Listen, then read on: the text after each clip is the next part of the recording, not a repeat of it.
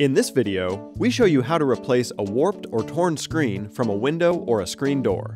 With just a few tools and a roll of screen wire, your window will be back in working condition with minimal cost. You'll need the following tools: a flathead screwdriver, box cutter, a window spline tool, a roll of screen wire, and screen spline. The first step is to take a screwdriver and remove the spline from the frame. The spline is the rubber-like material that holds the screen in place. Second, roll out the screen over the existing frame, making sure that it overlaps all the edges. Take the spline and unwind it along the side of the frame. Starting in a corner, lay the spline on the groove that the original spline was removed from. Using your spline tool, gently push the spline into the frame.